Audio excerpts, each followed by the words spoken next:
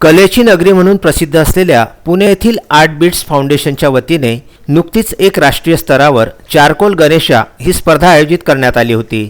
त्याला भारतातील सर्वच राज्यातील कलाकार आणि विद्यार्थ्यांचा उत्स्फूर्त प्रतिसाद मिळाला। यामध्ये अमरावती येथील श्री आर्ट कला वर्ग निर्मिती अमरावतीच्या 10 विद्यार्थ्यांनी सहभाग नोंदविला होता। त्यामध्ये चित्रकार अजय जिरापुरे यांना 100 विद्यार्थ्यांमधून रोख 3000 रुपये द्वितीय पारितोषिक मिळालेले आहे।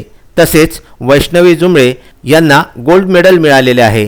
वैष्णवी पाटणकर यांना ब्रांझ मेडल मिळाले आहे। मुक्ता वाघ, रितिका जायदे, चित्रकार अनिल तिखिले यांना सन्मानपत्र देऊन त्यांचा गौरव करण्यात आलेला आहे।